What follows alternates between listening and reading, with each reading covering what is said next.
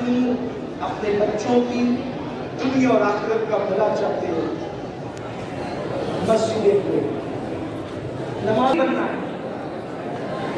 آپ جب دل میں پکا ارادہ کر لو کہ میں نے نمازی پڑھنا ہے، ایک وقت تم پکا ارادہ کرو، اللہ پاک اپنے بندوں کے ساتھ گمان کے ساتھ فیصلہ فرماتا ہے۔ بندہ جیسا گمان کرتا ہے اللہ اس کے مطابق فیصلہ فرماتا ہے۔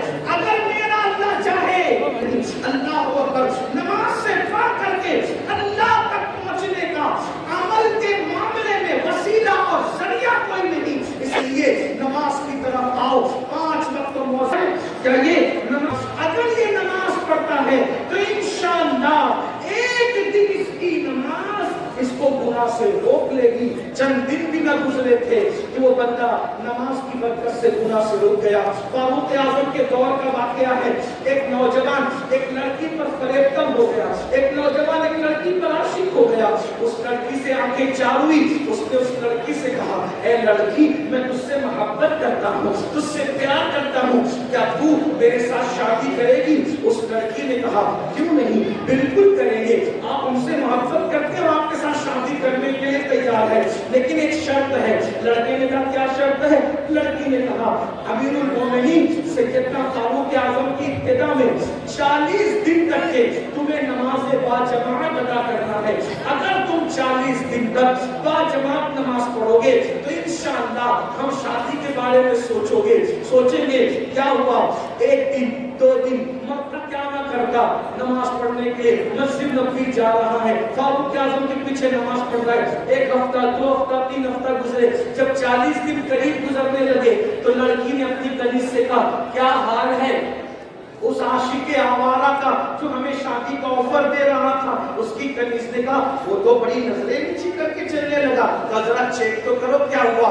جب اس لڑکی کی کنیز اس لڑکے کے پاس گئی، کہا آپ نے تو میری مالکہ سے شادی کا آفر کیا تھا اور اس نے 40 دن تک نماز کا یہ کہا تھا، بتائیں کیا خیال ہے؟ تو اس نوجوان نے کہا اب ہم شادی کے بارے میں سوچتے ہی نہیں ہیں، اس لیے کہ جب تک دل میں یار نہیں بسا تھا دل ادھر ادھر آوارگی کرتا تھا، یار کا پیار دل میں بس گیا ہے، اب کسی کی گنجائش ہی باقی نہیں رہ گئی ہے۔ تو یہ نماز کی برکت ہے۔ قرآن کہتا ہے ان الصلاۃ تنہی عن الفحشاء والمنکر، بے شک نماز ہر برائی سے ہر بے حیائی سے روک لیتی ہے۔ اپنے بچوں کو سدھارنے والوں، بچے تعویذ سے نہیں سدھریں گے، اپنے بچوں کو سدھارنے والوں، بچے مار پیٹ سے نہیں سدھریں گے، اپنے بچوں کو سدھارنے کا کام دیکھنے والوں گالی گلوچ سے بچے نہیں سدھریں گے۔ قرآن نے کتنا خوبصورت قانون دیا، نمازی بنا دو بچے کو، انشاءاللہ دلوں میں نفرت پیدا ہوگی گناہ کی، دلوں میں نفرت پیدا ہوگی برائیوں کی، دلوں کے اندر گھن پیدا ہوگی برائیوں کی، اور نیکیوں کا جذبہ پیدا ہوگا، نیکیوں سے محبت پیدا ہوگی، خود بخود انسان اللہ کے قریب ہوتے ہوئے چلا جائے گا۔ کہتے ہیں ایک دور میں حضرت سیدنا سنون مصری کا دور تھا۔ سنون مصری کے دور میں ایک لڑکی تھی جو ماحول خراب کر رہی تھی، بگڑ گئی تھی، اور بگڑنے کی وجہ سے ماحول خراب کر رہی تھی۔ وہ رقص کرتی تھی، وہ ناچتی تھی، وہ گانے گاتی تھی، اس کا میوزک کا انداز بہت اچھا تھا، لوگ اس کے پاس آتے اور گانے سنتے، اس کا ناچ دیکھتے اور اس کے ناچ کے مبتلا ہوتے۔ ایک دن محلے کے کچھ شریف لوگ حضرت سیدنا سنون مصری کے پاس آئے اور آنے کے بعد کہنے لگے اے اللہ کے برگزیدہ ولی، اے اللہ کے بندے، ایک لڑکی ہمارے محلے میں آئی ہے اور وہ اتنا اچھا ڈانس کرتی ہے، ناچتی ہے، گاتی ہے، یعنی اس کے میوزک کا ناچنے گانے کا انداز یونیک ہے، انفرادی ہے، سب سے ہٹ کر ہے۔ دن بدن لڑکے اس کے دامے تصویر میں دامے فریب میں مبتلا ہو رہے ہیں۔ اے سنون ایک کام کرو، تمہارے تعلقات بادشاہ تک ہے، تمہارے تعلقات بڑے بڑے اوپر لیول تک ہے، ایک کام کرو اس لڑکی کو ہمارے مصر سے نکال دو، ہمارے علاقے سے نکال دو، ہمارے محلے سے نکال دو۔ حضرت سیدنا سنون مصری فرماتے ہیں لوگوں یہ بتاؤ تمہیں ناچ بند کرانا ہے یا لڑکی کو محلے سے نکالنا ہے؟ تو لوگوں نے کہا ہمیں تو ناچ بند کرانا ہے۔ تو حضرت سنون مصری نے فرمایا تو محلے سے پھر مت نکالو، کیونکہ اگر ہم اس کو اپنے محلے سے نکال دیں گے وہ کسی اور محلے میں جا کے ناچے گی، ہم اپنے شہر سے نکال دیں زمانے میں کسی اور شہر میں جا کے گندگی پھیلائے گی، یہاں تو ذوالنون مصری ہے، وہاں کون ذوالنون مصری ہوگا؟ تو صوفیہ کا طریقہ کیا ہے؟ صوفیہ کا طریقہ یہ ہے کہ وہ گناہ سے نفرت کرتے ہیں، گنہگار سے نفرت نہیں کرتے، وہ بیماری سے نفرت کرتے ہیں، بیمار سے نفرت نہیں کرتے۔ حضرت ذوالنون مصری نے فرمایا ٹھیک ہے، اگر اس لڑکی کا ناچ بند کرانا ہے تو انشاءاللہ مجھ پہ چھوڑ دے، میں وہ بند کرا دوں گا۔ کہتے ہیں حضرت ذوالنون مصری نے اس لڑکی کے پاس اپنے مرید کو، خادم کو بھیجا اور کہا جاؤ اس لڑکی سے پوچھو تو صحیح کہ وہ ایک رات میں کتنا پیسہ کما لیتی ہے، کتنے روپے کما لیتی ہے۔ خادم گیا اور جا کر کہا اے لڑکی، ہمارے کلو گوشی حضرت ذوالنون مصری پوچھتے ہیں ایک رات میں تم کتنا کما لیتی ہو؟ اس نے کہا اتنے ہزار ہم کما لیتے ہیں۔ تو خادم نے کہا اتنی ہزار کی رقم ہمارے کلو گوشی حضرت ذوالنون مصری تمہیں دے دیں گے، مگر آج کی رات تمہیں ناچنا نہیں ہے، تمہیں کسی کو آنے نہیں دینا، تم اپنے گھر میں کسی کو بلاؤ گی نہیں، جب ساری رقم سب کی طرف سے ہم نے دے دی تو آپ کسی کو بلاؤ گی نہیں۔ اس کی خوش ہو گئی، اس کو ایسا لگا ابھی تک تو آوارہ چھوکرے میرا ناچ دیکھنے آتے تھے، ابھی تو صاحب تسبیح مسلح ذوالنون جیسا ولی اور صوفی بھی میرا ناچ دیکھنے آ رہا ہے۔ ہر آدمی اپنے اپنے مطابق سوچتا ہے، اپنے دماغ اور سوچ کے مطابق سوچتا ہے۔ ادھر رات ہوئی، عشاء کی نماز حضرت ذوالنون مصری نے پڑھی، کندھے پہ مسلح ڈالا اور مسلح ڈالنے کے بعد اس کے گھر میں قدم رکھا۔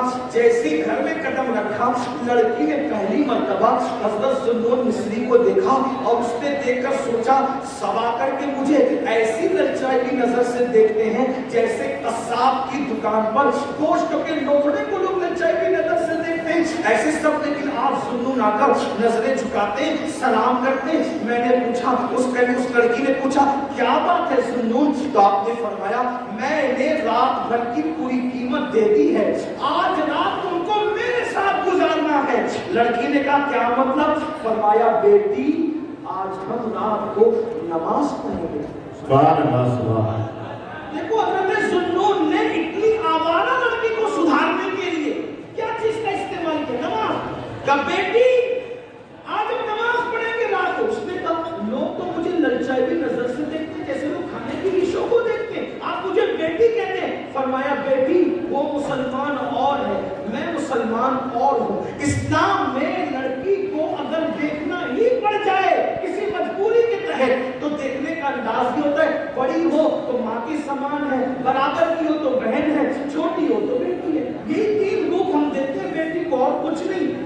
نماز پڑھے کہا بابا میں نے تو کبھی نماز پڑھائی، میں مسلمان ہوں، میں نے کبھی نماز نہیں پڑھی، مجھے نماز پڑھنی نہیں آتی۔ ذوالنون مصری کا کوئی بات نہیں، وضو کرو، میرے پیچھے کھڑی ہو جاؤ، جیسے میں کروں میری نقل کرو۔ ہائے ہائے، توجہ، یہ نماز ہے، جیسے میں کروں میری نقل کرو۔ کھڑی ہو گئی۔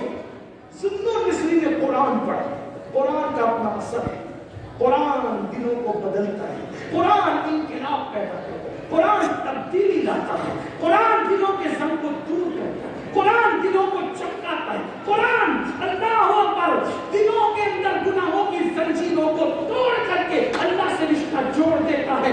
23 سال کی قلیل مدت میں عرب کے بوریہ نشینوں کو جو آسمان ہدایت کا تارا بنایا تھا وہ اللہ کی کتاب پڑھ کے بنایا تھا، قرآن کی برکتوں سے بنایا تھا۔ فاروق اعظم کو اسلام ملا، بہن نے قرآن پڑھا اور مسلمان ہو گئے۔ اللہ اکبر، قرآن کی برکت سے عمر جیسے لوگ اسلام کو ملے۔ قرآن میرے آقا فرماتے ہیں 5 شہر ایسے ہیں جو جنگ کی وجہ سے فتح ہوئے ہیں، مدینہ ایسا شہر ہے جس کو ہم نے قرآن کی برکت سے فتح کیا ہے۔ اللہ اکبر، اندازہ کریں حضرت ذوالنون مصری نے قرآن پڑھنا شروع کیا۔ وہ لڑکی ناچ گانے اور تماشوں میں اتنی ڈوبی ہوئی تھی، اس کو کبھی رونا ہی نہیں آیا تھا، لیکن آج جب حضرت ذوالنون مصری نے قرآن پڑھا تو وہ ہمک کر ہچکیاں لے کر کے رو رہی تھی۔ ذوالنون قرآن پڑھتے جا رہے تھے اور اس کی آنکھوں میں آنسو آ رہے تھے۔ کہتے ہیں گناہوں کے دھبوں کو جو دل پہ لگ جاتے ہیں 7 سمندر کا پانی بھی دھل نہیں پاتا، مگر ندامت کے آنسو دل پہ لگنے والے دھبوں کو دھل دیا کرتے ہیں۔ موتی بنا کے شان کریمی نے چن لیے قطرے جو تھے میرے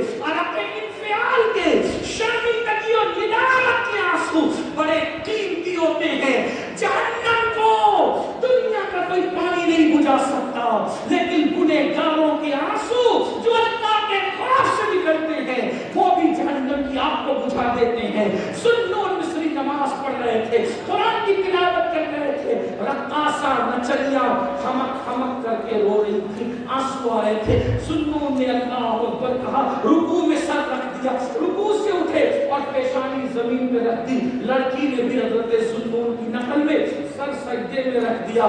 ذوالنون نے سبحان ربی الاعلیٰ زبان سے کہا اور دل سے کہا, مولا بہت محنتوں سے یہاں تک لایا ہوں. سبحان اللہ, سبحان اللہ. مولا بہت محنتوں سے یہاں تک لایا ہوں. یہاں تک لانا میرا کام تھا, اس کی آگے سنبھالنا تیرے کرم پر ہے. مولا اگر تیرے کرم نے سہارا نہیں دیا تو دنیا کی کوئی طاقت اس کو دوسرا سجدہ نہیں کروا سکتی. دنیا نے دیکھا ذوالنون نے جب سجدے سے سر اٹھایا تو نماز پوری کی تو وہ لڑکی تھی نہیں, وہ غائب تھی. اب وہ لڑکی کو ڈھونڈا گیا, نہیں ملی. نہ نچنیاں کہاں گئی, رقاصہ کہاں گئی, نچنیاں کہاں گئی, رقاصہ کہاں گئی, نہیں ملی, نہیں ملی, نہیں ملی, نہیں ملی. ایک دن وہ لڑکی, وہ رقاصہ قصہ پارینہ بن گئی, ماضی کا بھولا ہوا قصہ بن گئی. اچانک ذوالنون مصری ایک وقت رات کے آخری پہر میں نماز تہجد کے بعد مصروف ذکر اذکار تھے. ایسے میں حضرت سیدنا ذوالنون مصری کو غیب سے آواز آتی ہے, ذوالنون, ذوالنون, میرے یار, میرے دوست, میرے ولیہ کا انتقال ہو گیا, جاؤ اس کے جنازے میں شرکت کرو, اسے کاندھا دو, اسے کفن سونپو, اسے قبر میں لٹاؤ.